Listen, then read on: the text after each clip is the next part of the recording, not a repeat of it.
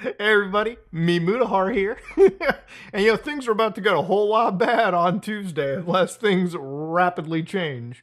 Now, I don't really talk about politics on my channel. It's not really an important thing. I like to just have fun, goof around, and make you laugh. And sometimes you can come here to learn about cool AI stuff, Linux stuff, VM stuff.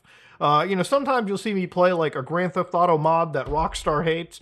Sometimes you'll see me talk about weird stuff in games. Tomorrow I'm talking about Ubisoft, okay? So enjoy looking forward to that one, ladies and gentlemen, because boy, oh boy, do we got some fun stuff to rip on and have fun with. But I like to have fun here. I like to have a good time. But sometimes, you gotta talk about things that are vent-worthy, if you will, okay? So today, the entire day of Canada, we were just kind of watching the whole news and shit, waiting to see what this big trade war is going to be looking like. Now, to be fair with you, I've talked about politics before on this channel, okay? Sometimes talked about really, really heavy stuff. I think a couple months ago with Hassan and the whole Twitch stuff and Ethan Klein and everything, which arguably the stakes there were way higher. Over here, we're just talking about a little goofy trade war between the three amigos in North America. Now, the reason I'm talking about this is you all know that I'm Canadian. I've lived in Canada 30 years of my entire existence. I came here when I was like 3 months old, so I was still sucking on my mom's nipples while I was trying to get my consciousness going, okay? So Canada is really all I know, and honestly, Canada is probably all I will know until the day that I actually die.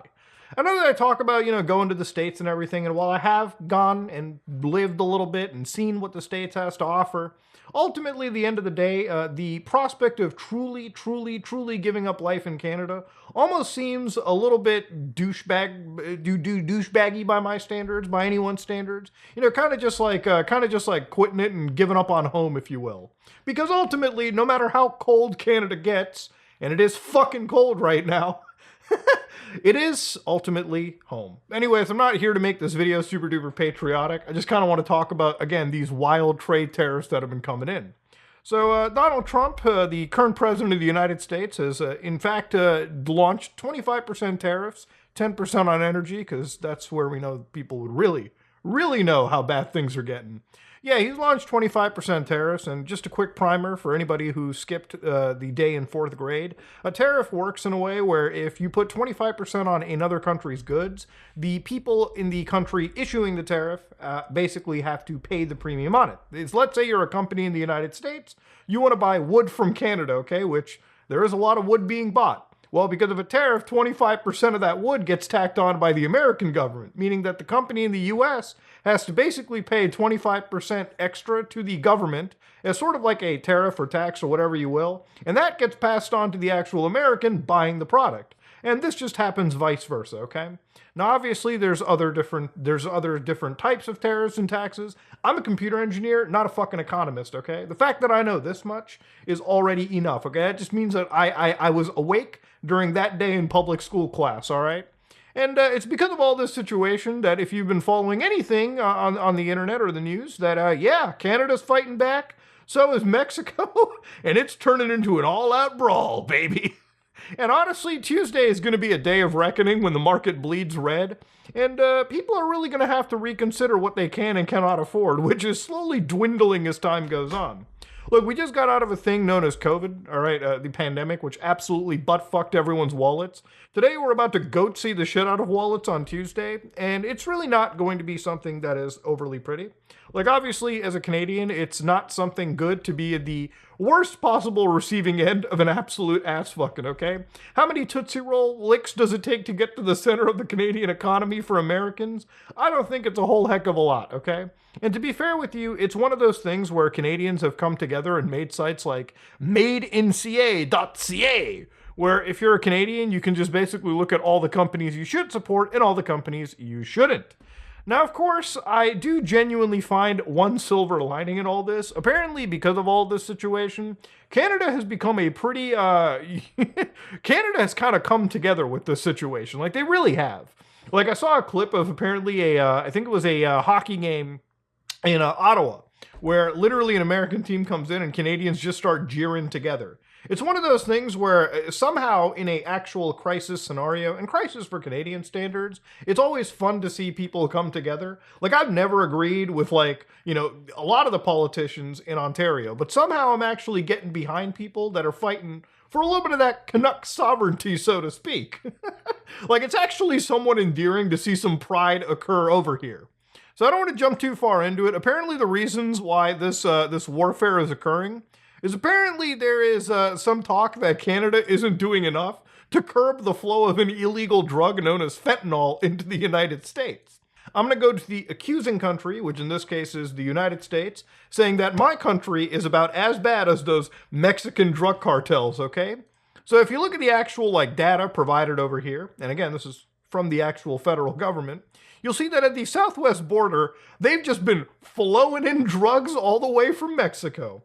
Now, this comes from enterprising pharmaceutical companies in Mexico that are typically called drug cartels all around the world, okay? They're violent, they basically abuse their own country, and they ship a whole bunch of deadly narcotics overseas. Now, of course, if you look at the northern border here in in good old Dataland, you'll find out Canada is just not doing enough. Like, Canada's not doing nearly enough as much as its southern counterparts in shipping this terrible poison into the States. I mean, there are some months in Canada where we're just shipping 0 pounds of the stuff, okay? So immediately I wondered over here, I'm like, what can Canada do about this? And no matter who you ask, it's always like Canada can do better to tighten that border. But like, how? It seems like everything's just pretty fine right over here. And to be fair, based on people illegally coming in and out, well, ladies and gentlemen, apparently the data still isn't properly reflective of it. Again, this information comes from the Border Patrol Agency in the old states. So yeah, it's wild when, again, a lot of these narratives and punditry get completely squashed by just raw, hard data. And there's a reason why I don't like to be like a political channel, because at the end of the day, I feel like grifting in it is incredibly easy. All you have to do is just avoid any form of facts and logic and reasoning, and just fucking scream the loudest in here. Or I guess goon the hardest, okay? Like some political channels have recently come out to doing, okay? It's just insane, right? Like, you can't ever argue with somebody that just already has consumed their fucking, like, side of the Kool-Aid, okay? You're basically, it's easier to argue about these facts with people that are in cults like Heaven's Gate, okay? You might be unironically better at handling with cult members than you are actually people that are already in the world of politics, which could be argued is nowadays a cult in of itself. But of course, even looking into data from, again, the Drug Enforcement Agency, okay, this is right from the DEA, again, I'm using data from the accusers at this point.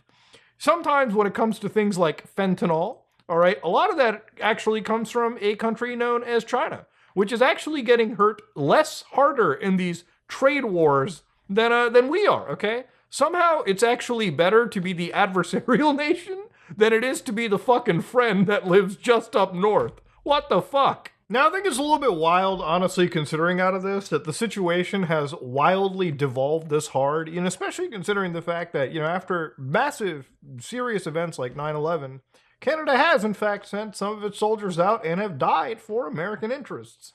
And honestly, I have no regret on any of that. I do understand what it's like to work together. When you work together, you do bleed together. But honestly, as a Canadian speaking over here, it really feels like Canada has been way too nice. And realistically, Canada has realized that when it comes to countries, there probably aren't really real friendships to be had in this situation. So there also have been other things that have been brought up like, hey man, are you excited to be the 51st state? Yeah, I really do think that an entire invasion or annexation of Canada wouldn't go as well as one would expect. It would just basically be drawn out to an entire situation that would really just make this entire side of the world look terrible. And honestly, I think people are really underselling or underestimating just how bloody and terrible a situation like that could end up actually being. And of course, coincidentally, on the Canadian side, we're like, let's just turn off all the lights in places like New York, which would actually bring that bloody annexation pretty closer. I mean, it's a super complicated topic, which is why I am genuinely a bit uncomfortable making a video like this.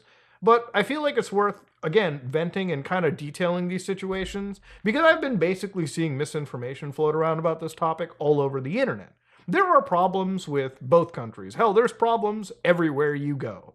But genuinely speaking, I think a really saddening part about this is seeing that at once, two countries that effectively are friends and will probably always remain being friends even after, the politics of the countries keep shifting around. Look, Canada and America, they can't just grow legs and get up and walk onto the other side of the world. We're always going to be neighbors.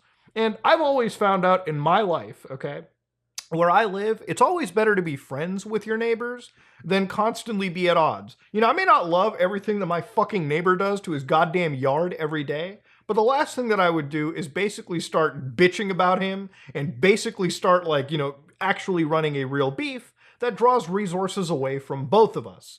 And I guess that's where it just kind of comes down to. I'm kind of extrapolating that on a governmental level. Now, at the 4-minute mark of this video, I did say something that I actually enjoyed out of this, was seeing that, for once, I actually saw Canadians come together rather than complaining about situations. And it really made me a little bit more appreciative of my countrymen and women, where it's like, hey, listen, at the end of all this, at least we can somewhat come together, even in a time of actual impending crisis. So I don't know what comes on Tuesday, whether we're all going to be sitting around a collective fucking homeless encampment together, or maybe things aren't as bad. Honestly, I don't really know. Everything an analyst has said has been it's going to be bad for everyone, not just for Canadians, not just for Americans, not just for Mexicans, literally everyone, okay? And it's going to be one of those situations where come Tuesday, I just hope that even if the worst comes to worst, seeing all this national unity, I can at least have a good old bottle of Molson Canadian right with my countrymen and maybe hopefully walk through this and maybe come out of it relatively unscathed. But yeah, I've seen a lot of this stuff floating around and I've actually seen it brought up in my comment section. And it is genuinely a thing that everyone, at least in Canada, is kind of on edge about, okay? Like, realistically, you can't escape this topic if you're in this country. I spent the whole day today having sort of these doomer topics with each other. And I guess by the end of all this, even in this video, just filming it, I feel somewhat less of a doomer, okay? Somewhat less. It's still there. And honestly, maybe this copium might wear off Tuesday when shit really hits the fan. Or maybe, just maybe, the stars can align and every single old fuck that's running our governments will come together and collectively realize that making the world and life more expensive for everyone just isn't actually the play. Or maybe things can all go tits up. Who really knows?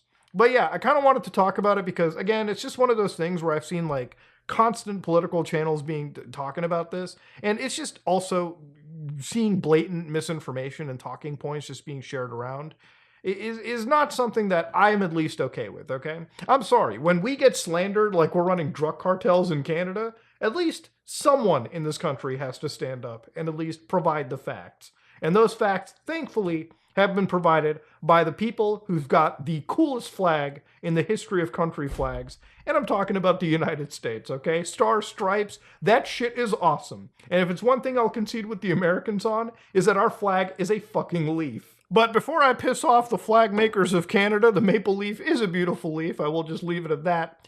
Hopefully you enjoyed this video. Thanks for letting me vent. And tomorrow we're going to go back to regularly scheduled programming. Hopefully far less doomery. I don't know. Maybe there might be a nuclear attack we get to talk about that might maybe the Amber Alert might trip. Maybe you might see ballistic missile warnings. Maybe you might see an EAS warning, dude. Somehow that feels more welcome than whatever the hell we're dealing with these days. But anyways, this is me, your Canuck man, and I am out.